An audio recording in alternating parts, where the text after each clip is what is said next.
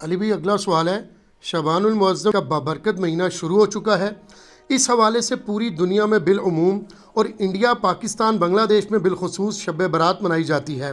مساجد میں باقاعدہ اجتماعی عبادات کا اہتمام کیا جاتا ہے، بلکہ نمازیوں کے لیے 15 شعبان کے روزے کی سحری کا بندوبست بھی کیا جاتا ہے۔ عام مسلمانوں کا ماننا ہے کہ 14 اور 15 شعبان کی درمیانی رات اللہ تعالیٰ تقدیر کے بڑے بڑے فیصلے فرماتا ہے، بلکہ اس رات کو بے شمار لوگوں کو دوزخ سے چھٹکارے کا پروانہ بھی مل جاتا ہے۔ پلیز اس حوالے سے جتنی بات درست ہے اور جتنی بات غلط ہے دونوں کو تفصیلاً بیان فرما دیں۔ جزاک اللہ خیر و احسن الجزا۔ جزاکم اللہ خیر و احسن الجزا۔ میرے بھائیو، جہاں تک شعبان المعظم کے بابرکت مہینے کی عظمت کا تعلق ہے، خصوص بالخصوص اس میں رکھے گئے اور روزوں کی جو فضیلت ہے، تو اس پہ صحیح بخاری اور صحیح مسلم کی کئی احادیث گواہ ہیں، اس سے تو ہمیں کوئی انکار نہیں ہے، معاذ اللہ استغفر اللہ۔ ہم کیوں سچائی سے روگردانی کریں گے؟ لیکن اس کے برعکس جہاں تک 14 اور 15 شعبان المعظم کی درمیانی رات، جسے شب برات بھی کہتے ہیں، یہ برات عربی کا لفظ ہے، چھٹکارے کی رات، ان کا کلیم ہے کہ یہ جہنم سے چھٹکارے کی رات ہے۔ یہ لادہ بات ہے کہ جہنم سے چھٹکارے کی رات منا رہے ہوتے ہیں اور نیچے جہنم کی وہ چیز بھڑکا رہے ہوتے ہیں، پٹاخے اور انار اور پتہ نہیں کیا کچھ آگ والی چیزیں چھوڑ رہے ہوتے ہیں۔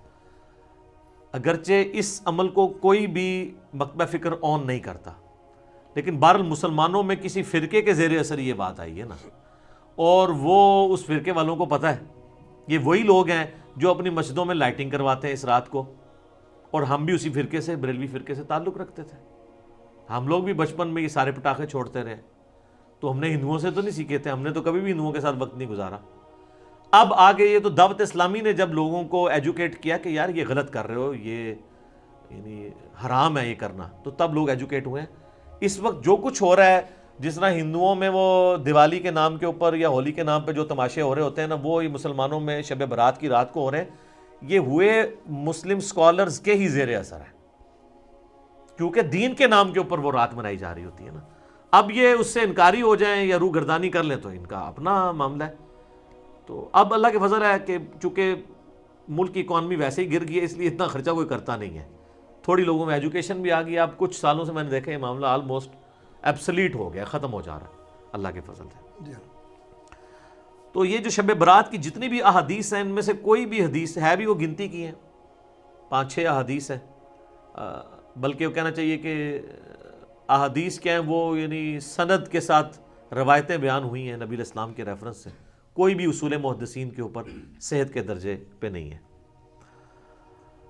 لیکن اس ساری ڈسکشن کا سب سے خطرناک پہلو یہ ہے کہ شب برات کے بارے میں، یعنی 14 اور 15 کی درمیانی رات، جسے ہم 15ویں رات کہتے ہیں شعبان کی، جو کلیم کیا جا رہا ہے نا کہ اس رات میں تقدیر کے فیصلے ہوتے ہیں، رزق لکھ دیا جاتا ہے، کس نے مرنا ہے، کس نے پیدا ہونا ہے، یہ ساری باتیں لکھ دی جاتی ہیں، یہ سارے کے سارے کلیم، حتیٰ کہ یہاں تک کلیم کیا جاتا ہے جی قرآن 2 دفعہ نازل ہوا ہے، ایک دفعہ لوح محفوظ سے جو ہے وہ پہلے آسمان پہ، اور اس کے بعد پہلے آسمان سے نیچے، وہ کہتے ہیں وہ جو پہلے والا اوپر والا حصہ نازل ہوا ہے وہ بھی اس رات میں ہوا ہے۔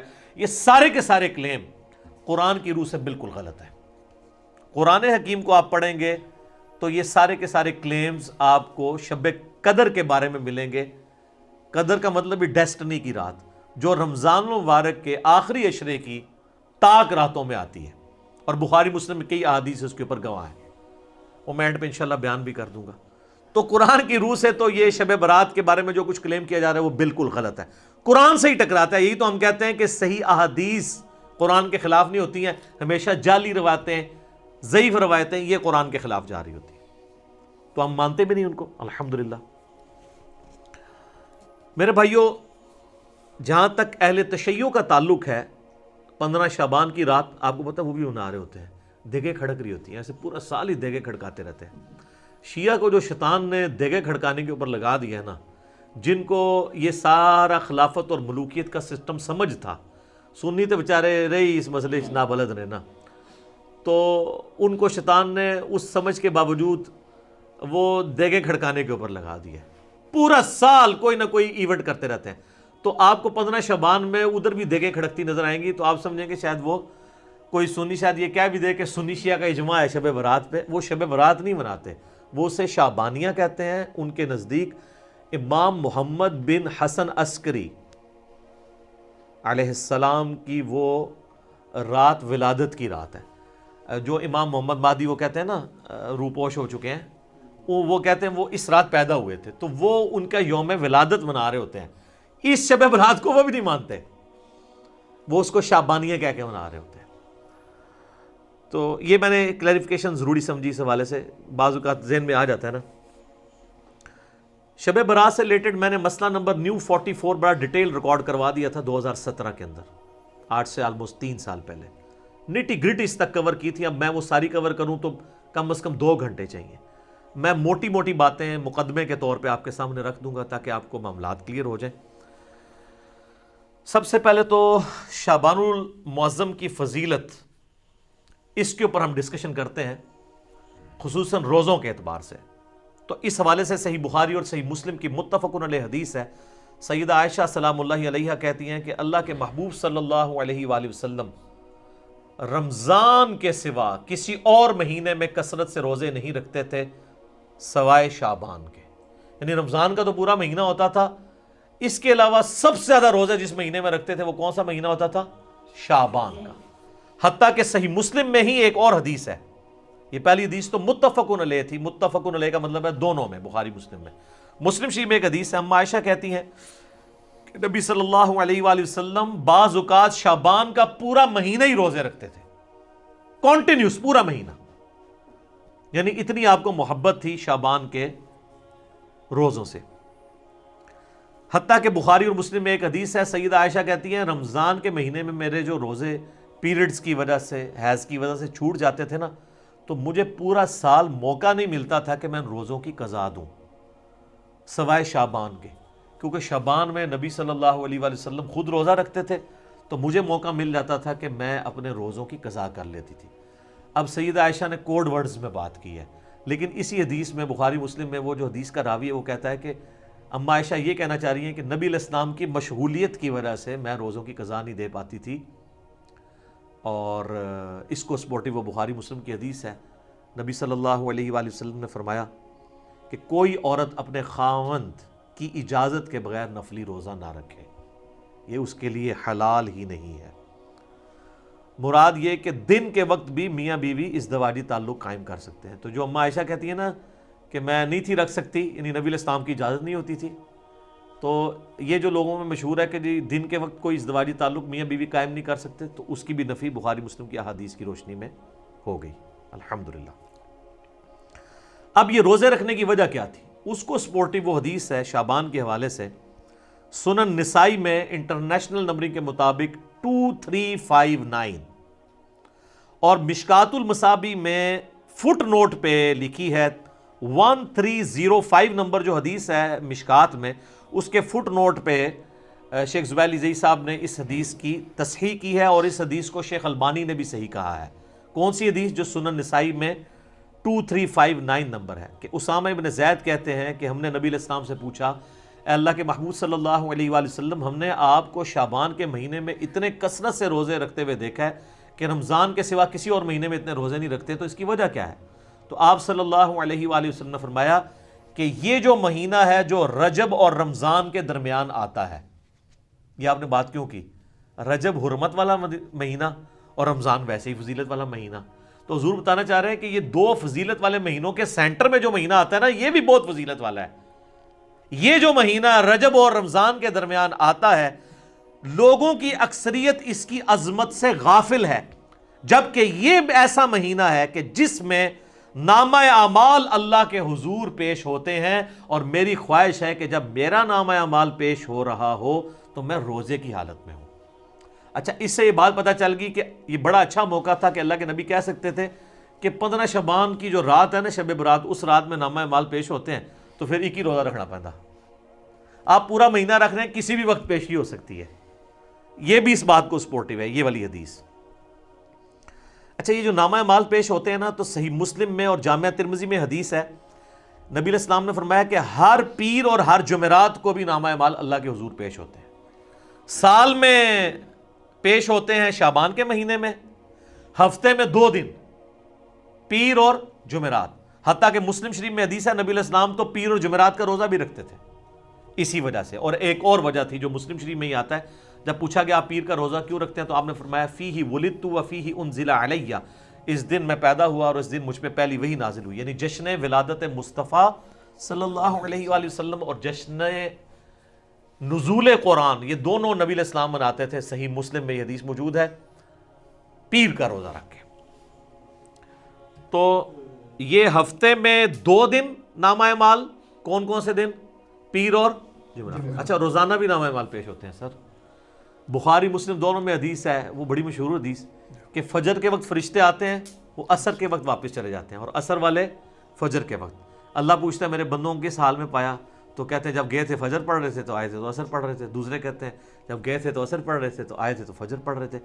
تو روزانہ بھی 2 دفعہ نامہ اعمال پیش ہوتے ہیں, لہٰذا ان چیزوں کو مکس نہیں کرنا چاہیے. میں ساتھ ساتھ کلیریفائی کر رہا ہوں, آپ دیکھیں آپ کتنے اہم ہیں.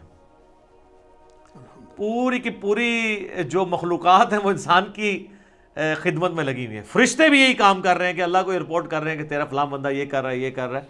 یعنی یہ ساری کی ساری انسانیت اللہ تعالیٰ کی یعنی کریشن کا کلائمیکس ہے. لقد خلقنا الانسان فی احسن تقویم, اللہ تعالیٰ نے اس کو بہترین تقویم کے اوپر پیدا کیا ہے, الحمدللہ. اچھا میرے بھائیو, شعبان المعظم سمیت باقی سارے مہینوں میں 11 روزے تو اللہ کے نبی علیہ السلام ان احادیث کے تحت رکھ لیتے تھے. 8 روزے تو بن گئے نا, اگر آپ ایک مہینے میں 4 لگائیں ہفتے, 4 ہی ہوں گے نا, 28 دن ہوں گے تو 4 میں آپ 4 پیر اور 4 جمعرات کتنے ہو گئے؟ 8. اور 3 روزے ایام 20 کے, جب چاند گول ہو جاتا ہے 13, 14 اور 15 چاند کی, ایام 20 کا روزہ اسے کہتے ہیں جب خوب روشن ہو. یعنی اس کو روشنی کے لیے لفظ 20 کا لفظ استعمال ہوتا ہے. عربی میں کہیں گے تو بعد ہے, بیض بنے گا, اور اردو میں ایام 20. تو وہ 13, 14, 15 کے, اس کو سپورٹیو حدیث ہے بخاری مسلم دونوں میں. سیدنا ابو ہریرہ کہتے ہیں مجھے نبی صلی اللہ علیہ وآلہ وسلم نے وصیت کی تھی 3 کاموں کی. نمبر 1 مہینے میں 3 روزے, نمبر 2 روزانہ اشراق کی نماز, اسی کو چاشت بھی کہتے ہیں, اسی کو دوحہ بھی کہتے ہیں, اسی کو اوابین بھی کہتے ہیں. یہ جو مغرب والی اوابین ہے نا, یہ بابوں کی ہے. تو پھر ہم کیوں نہ عرض کریں کہ مرنے سے پہلے اے مسلمان کر لے اس پہ غور, کتابوں کا خدا اور ہے, بابوں کا خدا اور. مسلم شریف میں اوابین کی نماز چاشت اور اشراق کی نماز کو کہا گیا, توبہ کرنے والوں کی نماز. تو 3 کاموں کی نصیحت کی. نمبر 1 3 روزے مہینے میں, نمبر 2 اشراق کی نماز یا چاشت کی نماز یا دوحہ کی نماز یا اوابین کی نماز روزانہ 2 نفل, اور تیسرا سونے سے پہلے وطر. ویسے افضل تو آخری پہر میں ہے, لیکن جو آخری پہر میں نہ اٹھ سکتا اس کے لیے افضل ہے رات کو سونے سے پہلے وطر پڑھ لے. صحیح مسلم میں حدیث ہے, اما عائشہ کہتی ہیں کہ نبی علیہ السلام کم از کم مہینے میں 3 روزے ضرور رکھا کرتے تھے, اور بعض اوقات اس چیز کی بھی پرواہ نہیں کرتے تھے کہ وہ دن کون سے ہیں. یعنی عمومی عمل تو 13, 14, 15 کا تھا, اس کے علاوہ بھی آپ 3 کی گنتی آپ نے پوری کرنی ہوتی تھی اگر کبھی رہ بھی جائیں, لیکن عمومی عمل وہی تھا. اس کو سپورٹیو حدیث سنن نسائی میں ابن عباس رضی اللہ تعالیٰ عنہ کہتے ہیں کہ نبی علیہ السلام سفر میں بھی اور حضر میں بھی ایام 20, 13, 14, 15 کے روزہ نہیں چھوڑتے تھے. یعنی آپ علیہ السلام کو ان روزوں سے اتنی محبت تھی.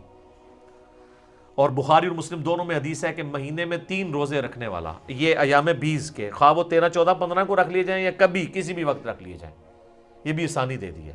پورے مہینے میں کبھی 3 کی گنتی, چاہے کٹھی پوری کریں, الگ کر کے پوری کریں. بخاری مسلم کے الفاظ ہیں جو یہ 3 روزے رکھ لے گا وہ گویا ایسا ہے کہ اس نے ہمیشہ کے روزے رکھے ہیں. سبحان اللہ, لیکن مشکل ہے یہ کام بھی. 36 روزے یہ بھی بن جاتے ہیں سال کے, تو آڑے سے سان کام داستے ہیں. صحیح مسلم میں, جامعہ ترمذی میں, سنن ابی داؤد میں, سنن نسائی میں, سنن ابن ماجہ میں, 5 کتابوں میں, یہ جو 6 پڑھی ہیں نا, مشکات میں بھی آ گیا, وہ تو اسی کے نوٹس ہیں نا. یہ جو آپ کے سامنے 7 کتابیں پڑھی ہیں اس میں سے صرف بخاری کو نکال دیں, باقی ساری کتابوں میں حدیث ہے انکلوڈنگ صحیح مسلم کہ نبی علیہ السلام نے فرمایا جس نے رمضان المبارک کے روزے رکھے اس کے بعد شوال کے 6 روزے رکھ لیے, وہ گویا ایسا ہے کہ اس نے زمانے بھر کے, پورے سال کے, پوری زندگی کے روزے رکھ لیے. الحمدللہ, کتنی بڑی آسانی ہے. اور اس میں یہ بھی شرط نہیں ہے کہ آپ نے 7 ہی شروع کرنے ہیں, اور یہ بھی شرط نہیں کہ ایک ساتھ رکھ لیں باقی بعد میں رکھ لیں, پورے مہینے میں جس وقت مرضی رکھ لیں. ساتھ رکھنے کا یہ فائدہ ہوتا ہے، ایک روٹین بنی ہوتی ہے تو رکھے جاتے ہیں۔ الحمدللہ میں جب سے یعنی بالغ ہوا ہوں روزے رکھ رہا ہوں، ہم ساتھ ہی کوشش کرتے ہیں کہ یہ روزے مکمل کر لی جائیں، تاکہ یہ پورے مہینہ 3 روزے نہیں رکھ سکتے تو یہ 6 روزے رکھ کے تو ہمیشہ کے روزوں کا ثواب کمائیں جی۔ اچھا یہ بعض لوگ پریشان ہوتے ہیں کہ یار مشقت کم ہو رہی ہے، ثواب زیادہ، یہ کیسے پاسبل ہے؟ سر اللہ تعالیٰ نے نبی علیہ السلام کو ہر طرح کے لوگوں کے لیے پیغمبر بنا کے بھیجا ہے، آسانیاں بھی رکھی ہیں۔ ایک آپ کو اور بڑی آسانی بتاؤں جو میں اس کو آج فیل کر سک رہا ہوں، میری سالوں روٹین تھی، یہ میں کوئی تکبر کے طور پہ نہیں بتا رہا، صرف سمجھانے کے لیے، فجر سے اشراق تک مسجد میں بیٹھنے کی ایک بڑا پرسکون وقت ہوتا ہے، بندہ اذکار کر لیتا ہے۔ لیکن جب سے یہ آپ کو پتہ ہے دعوت کے حوالے سے ازمائش شروع ہوئی ہے تو اب تو یہ امپاسبل ہو گیا۔ تو ہمارے لیے پھر وہ آسان وظیفہ ہے۔ صحیح مسلم میں حدیث ہے، سیدہ جویریہ نبی علیہ السلام کی بیوی، نبی علیہ السلام ایک دفعہ، آپ کی بھی عادت تھی، صحیح مسلم شریف میں ہی آتا ہے، آپ علیہ السلام مسجد میں بیٹھے رہتے تھے حتیٰ کہ سورج انتہائی بلند ہو جاتا، اور صحابہ کے الفاظ ہیں کہ آپ مجلس کیا کرتے تھے۔ میں نے اسی سے اپنی نام مجلس رکھا تھا، مجلس نمبر 1 میں نے حدیث بھی بتائی تھی مسلم شریف کی۔ اور اس دوران ہم زمانہ جاہلیت کے واقعات کو یاد کر کر کے ہنسا کرتے تھے، نبی اسلام ہمارے ساتھ مسکرا دیتے تھے کہ اسی فلانے دربار تے دیگاں چڑھا دے ساں۔ آج کے دور میں اس وقت بتوں پہ چڑھائی جاتی تھی نا، تو حضور بھی یعنی وہ کہتے تھے شکر اللہ نے ہمیں ہدایت دی۔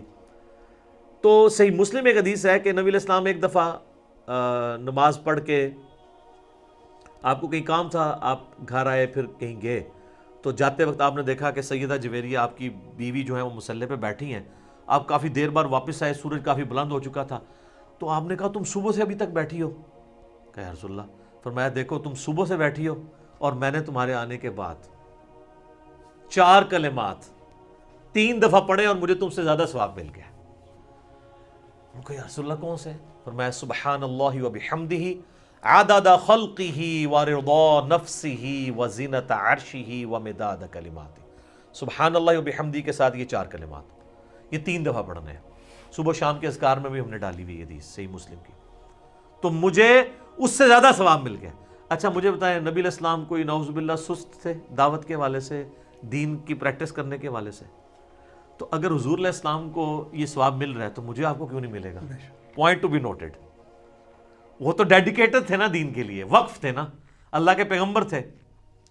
اگر یہ سب کچھ ہونے کے باوجود وہ بھی یہ سکپ کریں اور ان کو ثواب ملے، ہم تو پھر بھی اپنی دنیاوی کمزوریوں کی وجہ سے، مجبوریوں کی وجہ سے یعنی یہ اہتمام نہ کر سکیں تو ہمیں تو بدرجہ اولا مل جائے گا، تو یہ ثواب اس سے زیادہ ثواب مل جائے گا۔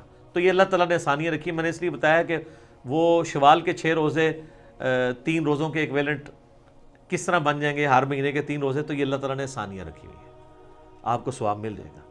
صحیح مسلم شریف میں حدیث ہے نا، تم میں سے کسی کی استطاعت ہے کہ وہ تہائی قرآن روزانہ پڑھ لے ایک شب میں؟ صحابہ نے کہا یہ کون کر سکتا ہے؟ تو صوفیاء ہی کر سکتے ہیں۔ یعنی میں آج کے دور میں بات کر رہا ہوں، 8 قرآن تے 3 قرآن تے 61 قرآن تے وہ جو فضائل مال میں اتنی کہانی ہے، تو وہ میری آپ مجلس نمبر 100 دیکھ لیں، کتابوں کا خدا اور بابوں کا خدا۔ تو آپ نے فرمایا سورہ اخلاص پڑھ لو، تہائی قرآن کے برابر ہے۔ تو اب تہائی قرآن کے برابر آپ کو ثواب، 10 پاروں کے برابر ثواب ملتا ہے۔ اللہ سے اچھا گمان رکھیں، بخاری مسلم میں حدیث ہے، میں اپنے بندے کے گمان کے قریب ہوں، جیسا وہ میرے بارے میں گمان کرے، تو انشاءاللہ ثواب تو ملے گا۔ یہ اللہ تعالیٰ نے آسانیاں بھی رکھی ہیں، اللہ تو سب کہنا ہے جی الحمدللہ۔ اچھا یہ ایام 20 کے روزوں سے ایٹ لیسٹ یہ تو آپ کو اندازہ ہوا کہ 15 شعبان کا روزہ تو ویسے ہی سنت بن گیا، کیونکہ 15 تو ایام 20 میں آتی ہے نا، 13 14 15 15 شعبان کا روزہ، شب برات والی روایتیں ثابت نہ بھی ہوں، الگ سے بھی بخاری مسلم کی احادیث کی روشنی میں جتنی میں نے بیان کی، ایام 20 کے روزوں میں سے تو ایک روزہ آتا ہے، لیکن یہ ایک ایسا خاص روزہ ہے، اس کی اسپیشلٹی علیحدہ سے بھی احادیث میں آئی ہے اور بخاری مسلم میں آئی ہے۔ ایک حدیث ہے بخاری اور مسلم میں، ایک صحابی سے نبی علیہ السلام نے سوال کیا، اصمت من سرر شعبان، کیا تو نے شعبان کے سرر کا روزہ رکھا ہے؟ انہوں نے کہا نہیں یا رسول اللہ۔ تو آپ نے فرمایا اب جب رمضان گزر جائے تو شوال کے مہینے میں 2 روزے رکھ لینا۔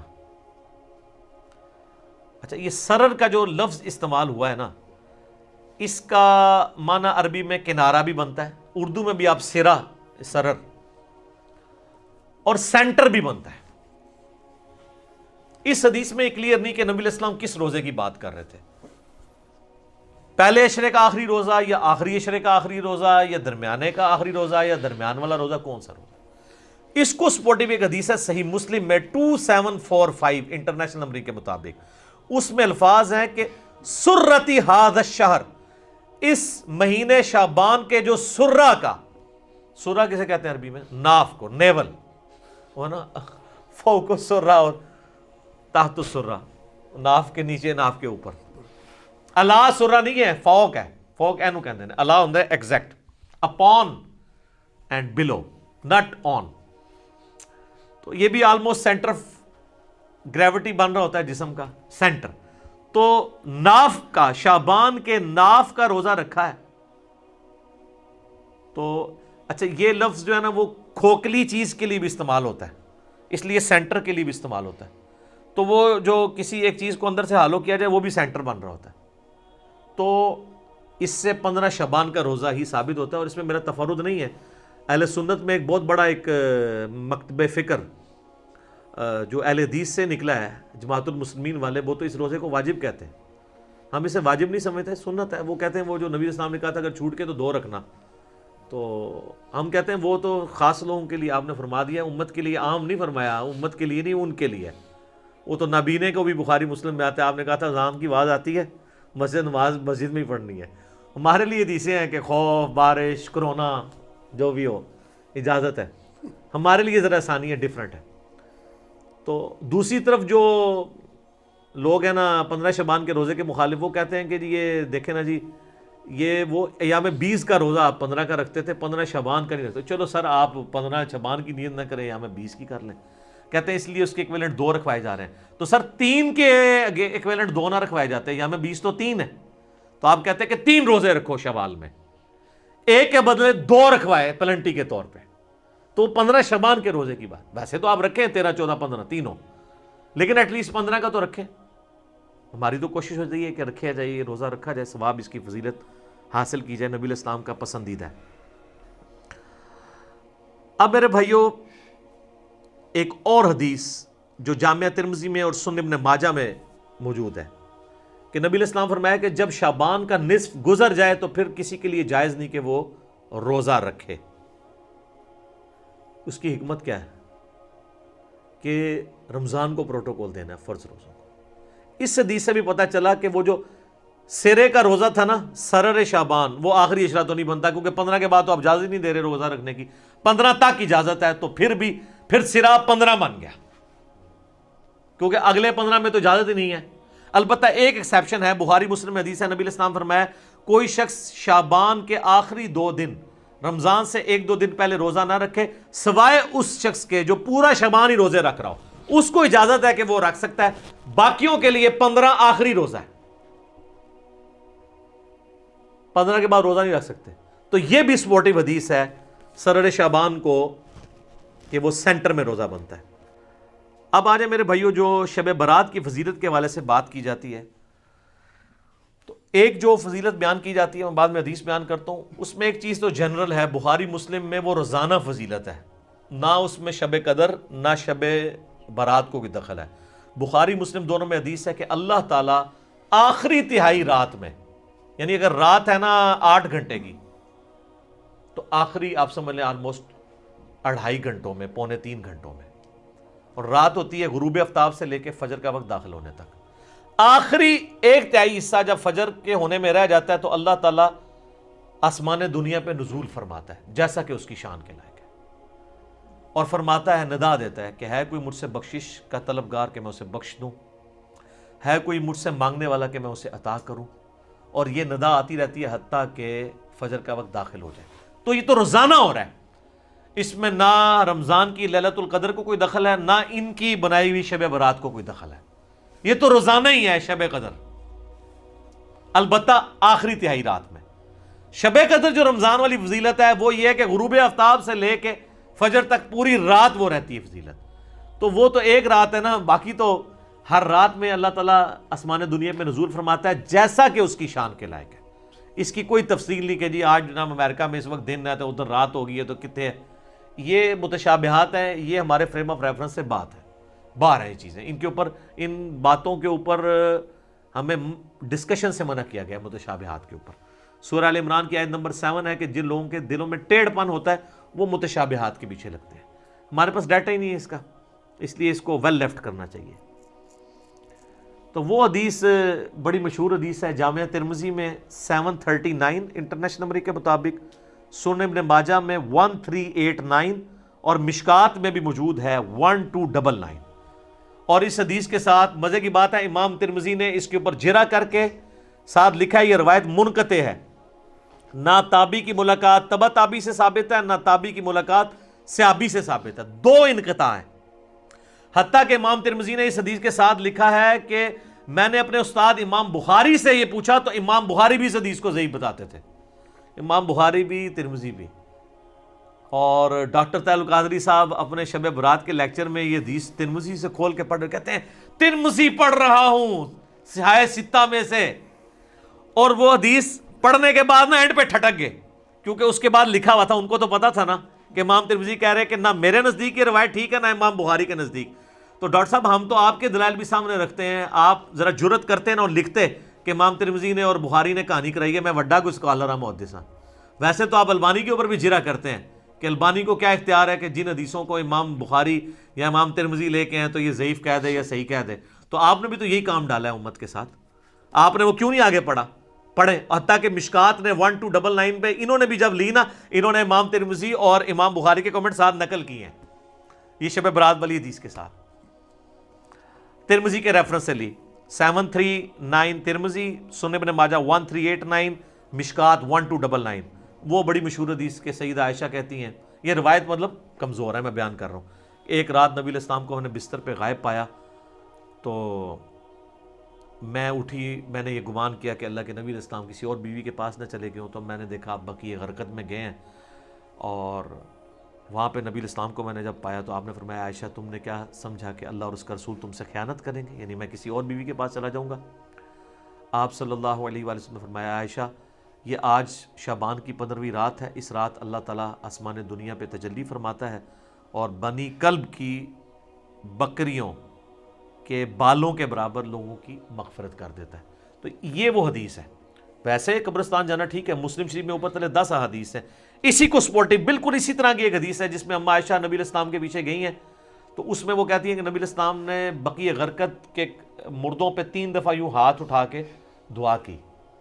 قبرستان میں ہاتھ اٹھا کے دعا کرنا بھی سنت، رات کے وقت جانا بھی سنت، اور اس میں آگے الفاظ ہیں کہ جبرائیل علیہ السلام میرے پاس اللہ کا پیغام لے کے آئے تھے کہ بقیع غرقد والوں کے لیے دعا کرو مغفرت کی۔ نبی علیہ السلام نے قبرستان جانا ٹھیک ہے، وہ عام دنوں میں آپ جائیں، اس دنوں میں لوگ وہ پھولوں والوں کی بھی چاندی ہوئی ہوتی ہے، کس طرح ٹریفک بلاک ہوئی ہوتی ہے اور لوگ جا رہے ہوتے ہیں، اس ایک خاص رات میں جانا کوئی ثابت نہیں ہے، ویسے آپ ضرور جائیں۔ اچھا، تو یہ حدیث کمزور، اس کے علاوہ تو بہت کمزور ہے، یہی سب سے مضبوط ہے جو پیش کرتے ہیں۔ ایک سنن ابن ماجہ میں 1390 ہے اور مشکات میں 1306 ہے، جسے البانی نے ضعیف جمع ضعیف لگا کے حسن درجے تک پہنچایا ہے کہ جی اس رات اللہ تعالیٰ سب کی مغفرت کر دیتا ہے سوائے شرک والے کے اور مسلمانوں کا کینہ دل میں رکھنے والے کے۔ تو البانی نے حسن کہہ دیا تو وہ بریلوی کہتے ہیں جی البانی صاحب نے حسن کہا ہے، البانی صاحب نے ضعیف جمع ضعیف حسن کہا ہے، حالانکہ انتہائی ضعیف روایت ہے، اس میں 2 سکم ہے۔ نمبر 1، 2 راوی ہیں، دونوں ان نون ہیں، مجہول، زبیر بھی اور عبد الرحمن بھی۔ دوسرا سکم ہے کہ 2 راوی ابن لہیہ اور ولید دونوں مدلس ہیں اور ان سے روایت کر رہے ہیں، اور مسلم کے مقدمے میں لکھا ہے کہ مدلس کی ان والی روایت سما کی تصحیح کے بغیر ضعیف ہوگی۔ تو یہ شیخ زبیر صاحب نے اسی لیے مشکات کی 1306 کے نیچے لکھا ہے کہ ظلمات میں ڈوبی ہوئی روایت ہے، یعنی یہ ضعیف نہیں ہے، پکی ضعیف ہے۔ اب البانی صاحب نے اس کو حسن کہہ دیا تو وہ لوگ بیان کر رہے ہوتے ہیں، اور اہل حدیث یہ 2 نمبری کرتے ہیں کہ بریلویوں پہ گرج رہے ہوتے ہیں۔ میں نے ایک دفعہ 4-5 سال پرانی بات ہے، شاید اس سے بھی زیادہ، ایک اہل حدیث شب برات پہ گرج رہا ہے، بریلویوں نے نکال لی ہے، میں نے اس کو ایک پرچی لکھ کے بھیجی کہ آپ کے البانی صاحب نے بھی حسن کہا ہوا ہے، تھوڑا ان کے بارے میں بھی فرما دیں۔ تو کوئی اس نے پڑھ کے سائڈ پہ رکھ دی، بعد میں نے اس کو کہا، وہ کہتا جی کیوں مروانے لگے ہیں مجھے، ٹھیک ہے۔ اسی لیے تو ہم کہتے ہیں کہ مرنے سے پہلے اے مسلمان کر لے اس پہ غور، کتابوں کا خدا اور ہے، بابوں کا خدا اور، کتابوں کا دین اور ہے، بابوں کا دین اور کتابوں کا جہاں اور ہے، بابوں کا جہاں اور اس کا ایک وکھرا ہی جہاں ہوتا ہے بابے کا, وہ ایک وکھرا ہی جہاں ہوتا ہے اس جہاں کا مزہ ہی نہیں ہوتا. صحیح کہتے ہیں, ٹھیک ہے جی. وہ ایک امیجنیشن والا جہاں ہوتا ہے, ٹھیک ہے, ایلین ہوتا ہے, ٹھیک ہے, وہ کچھ بھی نہیں ہائپوتھیٹیکل ہوتا ہے. تو وہ انہوں نے کہا کہ نہیں وہ تو بابے سب کو پیارے ہوتے ہیں جناب, یہ بابے ایسا بڑا فتنہ ہے. تو یہ روایت جو ہے بالکل کمزور ہے جو یہ پیش کرتے ہیں, اور اس کو سپورٹنگ وہ حدیث ہے جو صحیح مسلم میں ہے 2684 اور مشکات میں 2052. نبی علیہ السلام نے فرمایا تم میں سے کوئی شخص بھی شب جمعہ کو عبادت کے لیے اور جمعے کے دن کو روزے کے لیے مخصوص نہ کرے. جس طرح یہودیوں نے ہفتے کے دن کو مخصوص کر لیا, عیسائیوں نے اتوار کو, نبی علیہ السلام نے آپ کو جمعہ مخصوص کرنے سے منع فرما دیا سوائے جتنا بتایا ہے.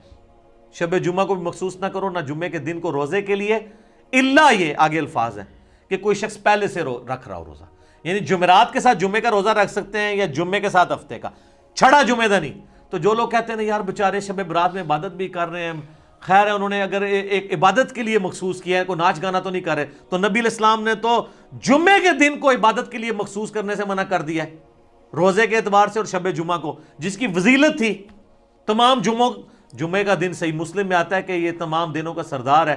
اس دن آدم علیہ السلام پیدا ہوئے اور اس دن قیامت بھی قائم ہوگی. اور ابو داؤد ترمذی میں حدیث ہے کہ جمعے کے دن مجھ پہ کثرت سے درود پڑھو, تمہارا درود مجھ پہ پیش کیا جائے گا. یہ یوم مشہود ہے. صحابہ نے کہا جب آپ علیہ السلام فوت ہو جائیں گے اور آپ کی ہڈیاں مٹی میں مل جائیں گی, اللہ اکبر کبیرہ, 295 سیل آ دینی تھوڑے مولویوں نے. حضور نے کوئی گستاخی نہیں فرمایا, اللہ تعالیٰ نے حرام کیا ہے مٹی کے لیے کہ وہ نبیوں کے جسموں کو کھائے. ان اللہ حرم علی الارض ان تاکل اجساد الانبیاء. تو نبی جو ہیں ان کے جسم سلامت ہے. اس سے مسئلہ بھی تو کلیئر ہو گیا نا. تو جمعے کا دن اتنا بابرکت دن ہے درود شریف کے حوالے سے, ہر اعتبار سے, اسے بھی کہا گیا مخصوص اس حوالے سے نہیں کرنا, نہ شب جمعہ کو. پھر جو میں نے شروع میں بات کی تھی کہ قرآن حکیم کا مقدمہ تو اس کو سپورٹ ہی نہیں کرتا. یہ شب برات کی فضیلت میں قرآن کی جو آیت لے کے آتے ہیں نا, وہ سورہ الدخان سورت نمبر 44, اسی میں نے مسئلہ 44 رکھا تھا. اس کی شروع کی 6 آیات, اعوذ باللہ من الشیطان الرجیم, حامیم والکتاب المبین انا انزلناہ فی لیلۃ مبارکۃ انا کنا منذرین فیہا یفرق کل امر حکیم. حامیم, اس کتاب مقدس کی قسم, ہم نے بے شک اس قرآن کو ایک بابرکت رات میں اتارا ہے, اور جس رات میں اللہ کی قدرت کے کام اللہ تعالیٰ یعنی فرشتوں کو اسائنمنٹس بانٹ دیتا ہے, اور اپنے رب کی طرف سے یہ چیزیں نازل ہوتی ہیں, ہم بھی فرشتوں کو بھیجنے والے ہوتے ہیں. یہ کہتے ہیں جی یہ وہ رات ہے جو شب برات ہے. ہم کہتے ہیں یار قرآن خود بتا رہا ہے کہ وہ رات جس میں اللہ تعالیٰ نے قرآن نازل کیا وہ رات کون سی ہے. قرآن میں تو 2 راتیں تو نہیں آئی ہیں.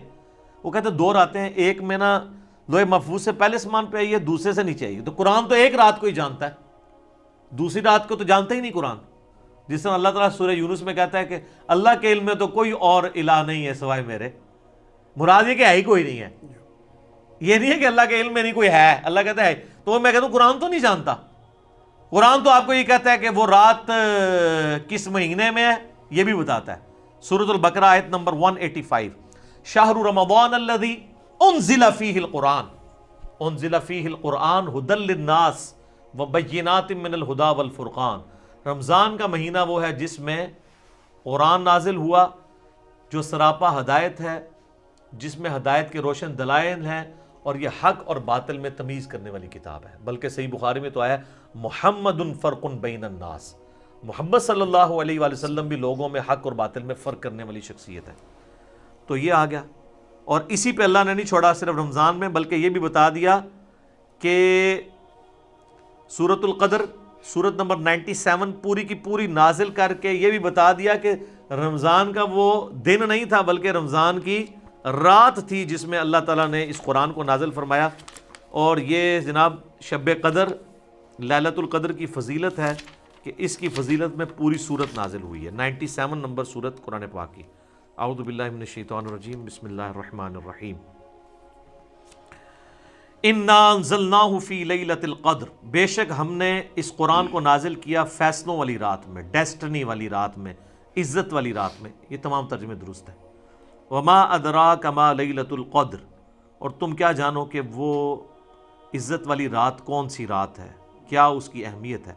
لیلۃ القدر خیر من الف شہر، یہ ایسی رات ہے جو 1000 مہینوں پر بھاری ہے۔ 80 سال سے زیادہ کا ثواب ملتا ہے اس ایک رات میں عبادت کرنے کا۔ تو 80 سال تو عمر ہی بڑے لوگوں کی کم ہوتی ہے، کم لوگوں کی۔ تنزل الملائکۃ والروح فیہا بإذن ربہم، اس رات میں فرشتے نازل ہوتے ہیں اور روح قدس جبرائیل علیہ السلام بھی اپنے رب کے اذن سے، من کل امر، ہر طرح کا کام لے کے۔ وہی جو آیا تھا فیہا یفرق کل امر حکیم، جو یہ کہتے ہیں جناب آج پتے کٹ جانے دیں، وہ سر وہ پتے کٹتے تھے شب قدر وچ، شب برات وچ نہیں۔ سلام، یہ رات سراپا سلامتی ہے۔ ہی حتی مطلع الفجر، اور یہ سلامتی کا سلسلہ فجر کے وقت داخل ہونے تک جاری رہتا ہے۔ تو اس کی خصوصیت ہے کہ مغرب سے لے کے فجر تک رہتا ہے۔ باقی بخاری مسلم میں روزانہ ہی رہتا ہے، لیکن آخری 1/3 رات کے اندر۔ پھر بخاری و مسلم دونوں میں حدیث ہے، نبی صلی اللہ علیہ وآلہ وسلم نے فرمایا، جس نے ایمان اور احتساب کے ساتھ شب قدر کا قیام کیا، اللہ تعالیٰ اس کے پچھلے سارے گناہ معاف کر دے گا۔ جناب کتنی بڑی فضیلت ہے۔ اور اس کا بھی شارٹ کٹ آپ کو بتا دیتے ہیں۔ صحیح مسلم میں حدیث ہے، سیدنا عثمان غنی رضی اللہ تعالیٰ عنہ علیہ السلام کہتے ہیں کہ میں نے خود نبی علیہ السلام سے سنا تھا، جس نے عشاء کی نماز جماعت سے ادا کی، بشرطے کہ اس کی رکعت فوت نہ ہو، وہ جماعت شمار ہوگی۔ چاروں رکعتیں، گویا اس نے آدھی رات کا قیام کیا۔ اور جس نے پھر فجر بھی جماعت سے پڑھ لی، کوئی رکعت فوت نہ ہو، تو پوری رات کا قیام۔ تو جو شخص رمضان کے اندر عشاء اور فجر کی نماز رکعت فوت ہوئے بغیر جماعت سے پڑھ لے، اسے روزانہ طاق کیا جفت بھی آپ سارے بناتے جائیں، آپ اہتمام کریں، تو آپ کو پوری رات کے قیام کا ثواب ملے گا۔ جس طرح میں نے بتایا مسلم شریف میں حدیث ہے کہ اشراق تک بیٹھنے سے زیادہ ثواب ہے۔ سبحان اللہ وبحمدہ عدد خلقہ ورضا نفسہ وزنۃ عرشہ ومداد کلماتہ۔ اور مسلم شریف میں حدیث ہے شوال کے 6 روزوں کا ثواب گویا پورے سال کے روزوں کا ثواب ہے، رمضان کے بعد رکھ لیے جائیں۔ شارٹ کٹس بھی اللہ تعالیٰ نے ہمیں دیے ہیں آسانی کے لیے، تاکہ جو سست الوجود لوگ ہیں وہ اس سے فائدہ اٹھا سکیں۔ اور بخاری مسلم دونوں میں حدیث ہے، نبی علیہ السلام نے فرمایا کہ بڑی لمبی حدیث ہے، آپ نے پہلے 10 دن اعتکاف کیا، پھر آپ نے حجرے سے سر مبارک باہر نکالا، فرمایا اس عشرے میں وہ رات نہیں ہے۔ پھر اگلے 10 دن فرمایا اس میں بھی نہیں ہے، 20ویں روزے کے بعد نکلے، پھر آخری 10 دن میں آپ کو رات ملی، تو آپ نے فرمایا کہ تم رمضان مبارک کے آخری عشرے میں سے اس کی طاق راتوں میں تلاش کرو، یعنی 21ویں 23ویں 25ویں 27ویں اور 29ویں جو آخری عشرے کی طاق راتیں بنتی ہیں۔ بہتر ہے جفت بھی کر لیں، کیونکہ چاند کے بھی جھگڑے یہاں پہ رہتے ہیں، بہتر ہے پورا رمضان ہی کریں اور اس شب قدر کی فضیلت کو، لیلۃ القدر کی فضیلت کو حاصل کریں۔ یہ جتنی باتیں آپ کو بتا رہے ہوتے ہیں جس رات کے بارے میں، وہ رمضان کے آخری عشرے میں آنی ہے۔ یہ شب برات والی روایتیں بالکل کمزور ہیں۔ ایک جو شعب الایمان امام بیہقی کی کتاب میں ایک تابعی سے صحیح سند سے ثابت ہے، مکحول تابعی، وہ یہ کہتے ہیں کہ اس رات اللہ تعالیٰ آسمان دنیا پہ نزول فرماتا ہے، یعنی شعبان کی 15ویں رات، اور جو لوگوں سے بغض نہیں رکھتے اور شرک نہیں کرتے، ان کے سوا، یعنی ان لوگوں کو اللہ تعالیٰ بخش دیتا ہے، ان کے سوا باقی لوگوں کی بخشش نہیں ہوتی۔ لیکن یہ تابعی کا قول ہے، اور امام مسلم نے مقدمے میں لکھا ہے کہ تابعی اگر صحابی کا نام لیے بغیر، سند بیان کیے بغیر روایت بیان کرے گا تو وہ روایت مردود ہوگی، کیونکہ سند پوری نہیں، کیونکہ اکثر روایتیں تو تابعین کے ذریعے امت کے اندر آئی ہیں نا، جو غلط روایتیں ہیں، ہوتا ہے شیطان ان کو بتا گیا ہو۔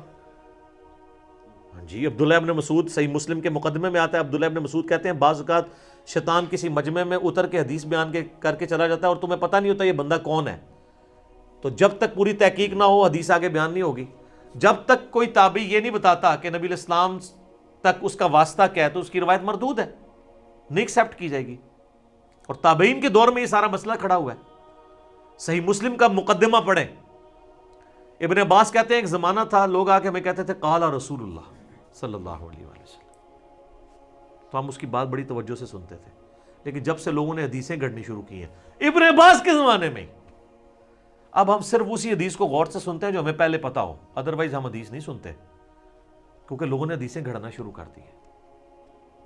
تو امام مسلم نے یہ مقدمہ 92 روایات لکھی ہیں کہ میں یہ مسلم شریف کیوں لکھ رہا ہوں. لوگوں نے کہانیاں بنانی شروع کر دی ہیں، اتنی بڑی کہانی کہ تابعین کی موجودگی میں ایک شخص آگے کہتا ہے کہ ابن مسعود جب جنگ صفین کے موقع پہ ہمیں ملنے آئے تو انہوں نے ہم سے ایک حدیث بیان کی. تو وہ کہتا ہے، دوسرے تابعین کہتے ہیں کہ یہ ابن مسعود رضی اللہ تعالیٰ عنہ قبر سے باہر نکل آئے تھے اور حدیث بیان کر کے تمہیں چلے گئے. وہ تو 33 ہجری کے اندر فوت ہو چکے تھے اور جنگ صفین ہوئی ہے 37 ہجری کے اندر. تو ابن مسعود قبر سے آگے کیسے بیان کر کے چلے گئے؟ اب ان کو کوئی بتایا کہ جناب سر تو آڑے بعد جو کام پہ آ جائے نا، وہ کہتے ہیں جناب امام جعفر صادق علیہ السلام نے نعوذ باللہ قبر سے نکل کے 40 سال کے بعد بایزید کو بیعت کیا، بایزید نے 90 سال بعد نکل کے ابو الحسن خرقانی کو بیعت کیتا، اور ویسی سلسلہ چلتا ہے. سب کہانیاں جھوٹ، سب فراڈ چل رہا ہے. تو جب ہم اس پہ بولتے ہیں تو ان کو غصہ آتا ہے، تو ہم پھر عرض ہی کر سکتے ہیں کیا کہ مرنے سے پہلے اے مسلمان کر لے اس پہ غور، کتابوں کا خدا اور ہے، بابوں کا خدا اور یقین جب جان لے ایک دفعہ بھی تو نے کبھی زندگی میں سے سیریس لیا نا ہماری صدا کو، اور مجلس 100 تو نے دیکھ لی، تیرے اندر سے پھر آواز نکلے گی کیا کہ نہ میں وابی نہ میں بابی، میں ہوں مسلم علمی کتاب. ٹھیک ہو گیا جی، جزاکم اللہ خیر. 15 شعبان کی رات کو ہونے والی شب برات سے متعلق احادیث کو تو آپ ضعیف بلکہ موضوع تک سمجھتے ہیں، جبکہ دوسری طرف آپ آج 15 شعبان کے روزے کے بھی قائل ہیں. جب 15 شعبان کی رات کی وہ فضیلت ہی ثابت نہیں تو 15 شعبان کا روزہ کہاں سے ثابت ہو گیا؟ وہ یہ دو الگ باتیں ہیں میرے بھائی، ان کو کمپیئر نہ کریں. میرا 15 شعبان کا روزہ شب برات، اس کے اوپر یوٹیوب پہ کلپ ہے، لاکھوں لوگوں نے، 3 لاکھ سے زیادہ لوگ وہ دیکھ چکے ہیں. آپ جا کے دیکھ لیں، میں نے 44 منٹ میں پورا مقدمہ پیش کیا. دو الگ چیزوں کو آپس میں کمپیئر کروا کے یعنی ان کو گڑبڑ کرنے کی کوشش نہ کریں. اصل ایشو یہ ہے کہ جو 15 شعبان کا روزہ ہے یہ الگ سے ایک عبادت ہے، اس کا تعلق شب برات کے ساتھ نہیں ہے. شب برات والی روایتیں کمزور ہیں، وہ آپ یوٹیوب پہ میرا کلپ دیکھ سکتے ہیں. 15 شعبان کا روزہ اس کی الگ سے فضیلت آئی ہے، شب برات کی وجہ سے نہیں، الگ سے. اس میں نے بتایا، چلیں اب میں دل جوئی کے لیے، چونکہ اب آج ماحول ہے، آج خود بائی چانس ہی آج 15 شعبان 1440 ہجری ہے، تو میں بتا دیتا ہوں. دیکھیں سنن نسائی میں ایک حدیث ہے، نبی علیہ السلام شعبان میں کثرت سے روزے رکھا کرتے تھے. تو صحابہ نے پوچھا یا رسول اللہ صلی اللہ علیہ وسلم، آپ جتنے روزے شعبان میں رکھتے ہیں کسی اور مہینے میں اتنے روزے نہیں رکھتے، اس کی کیا وجہ ہے؟ آپ صلی اللہ علیہ وآلہ وسلم نے فرمایا کہ یہ وہ مہینہ ہے کہ جس مہینے میں نامہ اعمال اللہ تعالیٰ کے حضور پیش ہوتے ہیں، اور میری یہ خواہش ہے کہ جب میرا نامہ اعمال اللہ کے حضور پیش ہو تو میں اس وقت روزے کی حالت میں ہوں. شعبان میں اس لیے میں کثرت سے روزے رکھتا ہوں کہ شعبان میں نامہ اعمال اللہ تعالیٰ کی بارگاہ میں پیش ہوتے ہیں. میری خواہش ہے کہ جب میرا نامہ اعمال اللہ تعالیٰ کی بارگاہ میں پیش ہو تو میں روزے کی حالت میں ہوں. حتیٰ کہ بخاری و مسلم میں حدیث ہے کہ نبی صلی اللہ علیہ وآلہ وسلم شعبان المعظم کے پورا مہینہ میں ہی روزہ رکھا کرتے تھے، پورے مہینہ. ایک حدیث میں بخاری مسلم کی آتی ہے کہ اما عائشہ سلام اللہ علیہا کہتی ہیں کہ نبی علیہ السلام شعبان میں کثرت سے روزے رکھتے تھے، اور ایک حدیث صحیح مسلم کی آتی ہے کہ پورا مہینہ ہی روزہ رکھتے تھے. اچھا، البتہ صحیح مسلم میں ایک حدیث ہے کہ نبی صلی اللہ علیہ وآلہ وسلم نے فرمایا کہ کوئی شخص بھی رمضان سے 2-3 دن پہلے روزہ نہ رکھے. یعنی رمضان کو پروٹوکول دینا کہ وہ مطلب روزے رکھ رہا تھا، رمضان کے لیے وہ روزے روک لے. لیکن آپ نے ساتھ اجازت دی کہ اگر کوئی شخص پورے مہینے کے رکھ رہا ہے اس کو اجازت ہے، لیکن کوئی خاص آخری دنوں کو نہ، آخری عشرے کو ٹارگٹ نہ کرے تاکہ رمضان کا پروٹوکول برقرار رہے. جس طرح کہ صحیح مسلم میں حدیث ہے کہ نبی صلی اللہ علیہ وآلہ وسلم جس جگہ پہ آپ نے فرض نماز پڑھی ہے نا، وہاں پر نفلی نماز پڑھنے سے یعنی ترغیب دلاتے تھے کہ نفل کو اس سے ہٹ کے پڑھا جائے تاکہ فرض کا پروٹوکول اپنی جگہ رہے. تو ایک حدیث ہے بخاری اور مسلم میں کہ ایک صحابی کہتے ہیں کہ مجھ سے نبی صلی اللہ علیہ وآلہ وسلم نے فرمایا کیا تم نے سرر شعبان کا روزہ رکھا ہے؟ تو انہوں نے کہا نہیں یا رسول اللہ. تو آپ نے فرمایا اب جب شعبان کا مہینہ گزر جائے، رمضان بھی گزر جائے، تو شوال کے مہینے میں تم 2 روزے رکھ لینا. تو یہ سرر شعبان کیا ہے؟ یہ سرے کا لفظ اردو میں بھی استعمال ہوتا ہے. سرر عربی میں کہتے ہیں کنارے کو. اب اس میں 3 موقف یعنی محدثین کے آتے ہیں کہ اس کنارے سے مراد کیا ہے. بعض کہتے ہیں اس سے مراد ہے شعبان کے پہلے عشرے کے روزے، بعض کہتے ہیں کہ اس سے مراد آخری عشرے کے روزے ہیں. لیکن آخری کے تو ہو نہیں سکتے کیونکہ نبی علیہ السلام نے آخری عشرے میں روزے رکھنے کی اجازت صرف اس کو دی ہے جو شروع سے رکھ رہا ہو. اسپیشل آخری رکھنے کی تو اس سے تو آپ اسپیشل پوچھ رہے ہیں، تو نے سرر شعبان رکھا ہے، وہ تو فارغ ہو گیا. پہلے والا سرہ بھی نہیں ہے. اس کی وجہ یہ ہے کہ صحیح مسلم میں ایک حدیث ہے، نبی علیہ السلام نے کیٹاگوریکل فرمایا کیا تم نے اس مہینے کے سرہ میں روزہ رکھا ہے. سرہ عربی میں کہتے ہیں ناف کو. ناف سینٹر میں ہوتی ہے، آلموسٹ سینٹر آف گریوٹی ہوتا ہے بندے کا. وہ نماز میں بھی آتا ہے نا، تحت السرہ فوق السرہ، ناف کے اوپر ناف کے نیچے. تو اس میں الفاظ ہیں سرہ کا روزہ رکھا ہے، سینٹر کا. تو انہوں نے کہا نہیں یا رسول اللہ. تو آپ فرمایا پھر یعنی شوال میں 2 روزے رکھنا. تو سرہ جو ہے نا جی وہ 15 ہی بنتی ہے سینٹر میں. اور ویسے عمومی سنت بھی ہے، بخاری و مسلم میں یہ حدیث موجود ہے کہ نبی علیہ السلام فرمایا جو مہینے میں 3 روزے رکھ لے وہ گویا ایسا ہے کہ روزانہ روزہ رکھنے والا ہے. اور بخاری مسلم میں یہ بھی حدیث موجود ہے کہ نبی صلی اللہ علیہ وآلہ وسلم مہینے میں 3 روزے رکھا کرتے تھے. اور سنن نسائی کے اندر ابو داؤد میں حدیث موجود ہے کہ آپ صلی اللہ علیہ وآلہ وسلم چاند کی 13، 14 اور 15 ہر مہینے کی روزہ رکھا کرتے تھے. تو اس میں 15 شعبان تو ویسے ہی آ جاتا ہے. 15 شعبان سے کون سی چیڑ ہے؟ 13، 14، 15 ان کو ایام بیز کہتے ہیں. ایام بیز وہ ہوتے ہیں جس میں خوب چاند روشن ہوتا ہے، یعنی گول ہوتا ہے، خوب چاند روشن ہوتا ہے 3 دنوں میں، 13، 14 اور 15. اور بخاری مسلم میں حدیث ہے جو ایام 20 کے روزے رکھتا ہے یا مہینے میں 3 روزے اس کے علاوہ بھی 3 کی گنتی ایک مہینے میں پوری کر دے، اللہ تعالیٰ اسے پورے سال کے روزوں کا ثواب دیتا ہے. اور اس سے بھی آسان میرے جیسے لوگوں کے لیے وہ صحیح مسلم میں حدیث ہے، ابو داؤد میں، ترمذی میں، نسائی میں، ابن ماجہ میں. یہ 6 اہل سنت کی کتابوں میں بخاری کو چھوڑ کے باقی 5 کتابوں میں حدیث ہے جس نے رمضان کے مہینے کے روزے سارے رکھے اس کے بعد شوال کے 6 روزے رکھ لیے اسے پورے سال کے روزوں کا ثواب. کتنا آسان ہے. اس میں یہ ضروری نہیں کہ فوراً بعد شروع کرنے ہیں، پورے مہینے میں کسی بھی وقت رکھ لیں، کسی بھی وقت شروع کریں. ٹکڑوں کی فارم میں رکھ لیں، اکٹھے رکھ لیں. ویسے اکٹھے رکھنا ذرا آسان ہو جاتا ہے، رمضان کی روٹین بنی ہوتی ہے. تو میری تو کوشش ہوتی ہے کہ عید کے اگلے دن ہی شروع کر دیں کیونکہ میدا بھی عادی ہوا ہوتا ہے، اس وقت 6 روزوں کا پتہ نہیں چلتا. آپ تھوڑا سا وقفہ ڈال لینا میدے کو پھر قابو نہیں آتا. تو یہ 6 روزے رکھ کے پورے سال کے روزے اور پوری زندگی کے روزے ہو گئے، ہر سال رکھتے ہیں. تو یہ اللہ نے آسانیاں رکھی ہیں. صحیح مسلم میں حدیث ہے نبی صلی اللہ علیہ وآلہ وسلم ایک دفعہ فجر کی نماز پڑھ کے، ویسے تو عموماً آپ اشراق کے بعد ہی آتے تھے، ایک دن جلدی آئے اور پھر آپ نے کہیں جانا تھا چلے گئے تو کافی سورج بلند ہوا تو آپ واپس آئے. تو آپ نے اپنی بیوی سیدہ جویریہ کو دیکھا کہ مصلی پہ بیٹھی ہیں. آپ فرمایا تم صبح سے ابھی تک مصلی پہ بیٹھی ذکر اور اذکار کر رہی ہو؟ یا رسول اللہ. آپ فرمایا تم صبح سے بیٹھی ہو نا، اور میں نے ابھی آ کے 4 کلمات 3 دفعہ پڑھے اور تم سے زیادہ ثواب مجھے مل گیا. یا رسول اللہ مجھے بھی سکھا دے.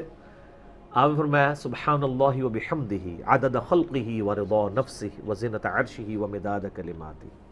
سبحان اللہ وبحمدہ، یہ تو اکٹھا ہو گیا نا ایک. عدد خلقہ، اس کی یعنی اللہ کی تعریف اس کی جو مخلوق ہے اس کی تعداد کے برابر، ورضا نفسہ اور اس کی رضا کے برابر، وزنۃ عرشہ اور اس کے عرش کے وزن کے برابر، ومداد کلماتہ اور اس کے کلمات کی تعداد کے برابر. سر وہ کلمات کون گن سکتا ہے؟ وہ سورۃ الکہف، سورہ لقمان پڑھ کے دیکھ لیں کہ اگر سارے زمین کے سمندر سیاہی بن جائیں، سارے درخت کلمے بن جائیں اور 7 سمندر اور شامل ہو جائیں تب بھی اللہ کے کلمات نہیں ختم ہوتے. تو اس میں وہی تو کہا کہ وَمِدَادَ کَلِمَاتِ، اللہ کے کلمات کے برابر. تو یہ 3 دفعہ پڑھنا ہے. ہم نے صبح شام کے اذکار میں ڈالا ہوا ہے تو آپ کو وہ ثواب مل جائے گا. تو یعنی اس حوالے سے 15 شعبان کا روزہ ہے. اس کو شب رات کا روزے سے نہ اٹیچ کریں، وہ میرا آپ کلپ دیکھ لیں. 15 شعبان کا روزہ، شب برات، تو انشاءاللہ آپ کے سامنے حقائق کھل کے سامنے آ جائیں گے انشاءاللہ تعالی. ٹھیک ہو گیا؟